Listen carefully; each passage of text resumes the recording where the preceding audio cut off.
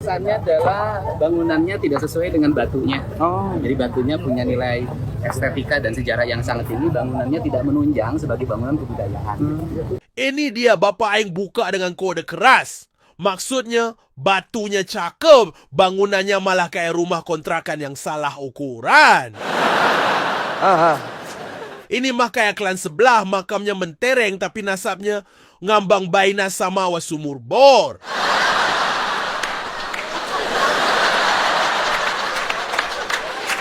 Bapak Aing ini betul-betul mantul well. Ini bukan batu sembarang batu. Ini batu nostalgia. Bukan kayak yang di Tarim yang katanya pasir Karoma, tapi kalau ditanya sejarahnya jawabannya embu. Lah gimana mau ngerti?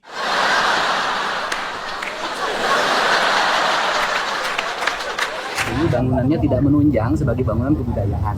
Ini kritik halus tapi nusuknya kayak amplas di hati. Aha.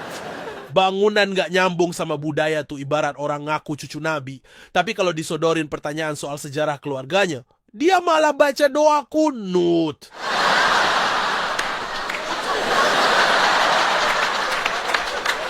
Makam dibangun segede candi, kubahnya ngalahin Masjid Agung, tapi manuskrip sejarah nihil well. Ditanya silsilah, jawabnya, ini mah udah turun-temurun.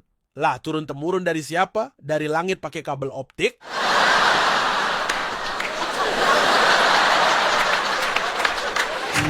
Saya nanti kalau diperbolehkan oleh Kementerian Kebudayaan, Bapak Aing tuh serius well, bukan tipe pejabat yang ngasih wacana terus ngilang kayak sinyal di pelosok. Aha. Kalau dia bilang mau bangun, ya beneran bangun, pakai desain, riset, dan niat. Beda jauh sama klan sebelah yang tiap 5 bulan teriak, kami akan bangun museum nasab.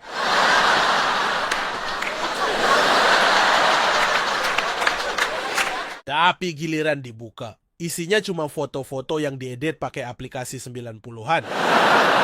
Aha.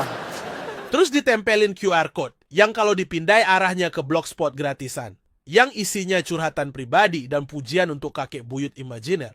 Museum apaan tuh? Museum Khayalan Tarim. Aha. saya bangun tahun ini juga ini bangunannya, ya kan, dengan desain arsitektur yang disesuaikan dengan peradaban Sunda. Itu yang pertama. Yang kedua adalah setelah ini saya akan meminta tim peneliti, baik ahli geologi, kemudian ahli bahasa, kemudian ahli sejarah dan filologi. Woi, ini baru niat yang gak main-main well. Bapak Aing manggil tim riset lengkap. Ada ahli geologi, ahli bahasa, ahli sejarah, sampai filolog segala. Ini mah risetnya kaliber kampus beneran well. Bukan sekadar ngumpulin cerita kuropat ala sebelah.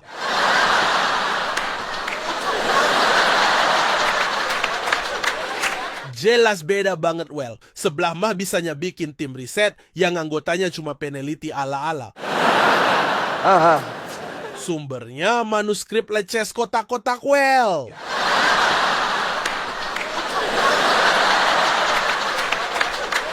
Terus kalau kita tanya, ini bener nggak sih? Jawabannya pasti sakti. Ini sudah dari guru kami. Ini dokumen pribadi, jangan ditanya-tanya. Aha. Sehingga nanti ada buku yang bisa menjelaskan ini secara akademik dulu. Yes, buku well. Dokumentasi akademik, bukan kisah rekaan yang ujung-ujungnya lalu beliau gaib di lembah Husaisa membawa ilmu laduni dan cucunya jadi YouTuber.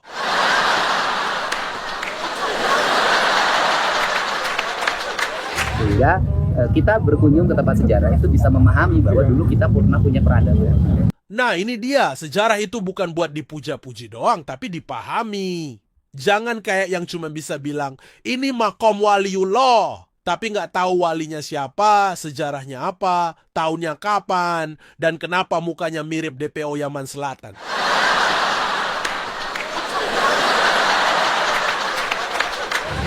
Raja itu dilantik dengan membuat tulisan di batu yang itu abadi. Gile! Ini filosofi yang cakep. Dilantik dengan tulisan di batu, bukan tulisan di kertas leces kotak-kotak. Beda banget sama mereka yang ngaku-ngaku cucu nabi tapi bukti sejarahnya cuma testimoni kata Abah.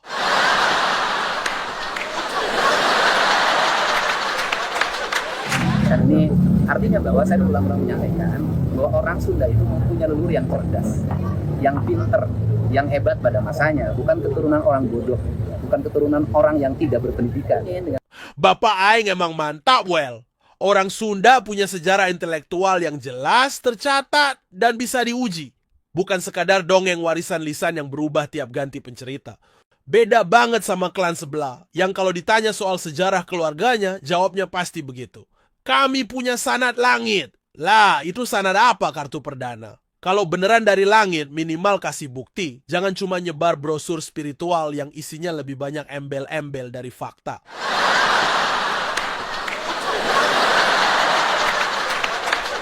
Dengan kepemimpinan Pak Wali Kota dan Pak Wakil Wali Kota ini, nanti kota Bogor itu menjadi kota yang mencitrakan sejarah peradaban Sunda sebagai peradaban Pakuan Banjar. Amin, Bapak. Semoga Bogor beneran jadi kota sejarah, bukan kota sensasi murahan.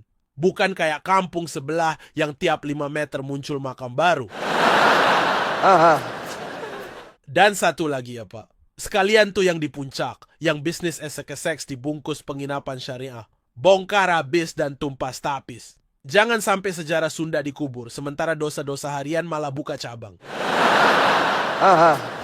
Semangat membangun museum juga sudah luar biasa. Tinggal nanti ada sentuhan-sentuhan arsitekturnya biar lebih mengesankan sebuah museum yang mencerminkan sejarah masa lalu. Intinya Bapak Aing ngajarin yang waras-waras saja. Sejarah itu dipelajari pakai otak, bukan diklaim pakai mulut kering. Bangunan itu dirancang pakai ilmu, bukan dimitosin kayak bekas tapak jin. Aha. Dan jadi pemimpin itu mikirin peradaban buat masa depan, bukan malah menyokong dan ngasih angin sama klan yang suka dagang pernasaban.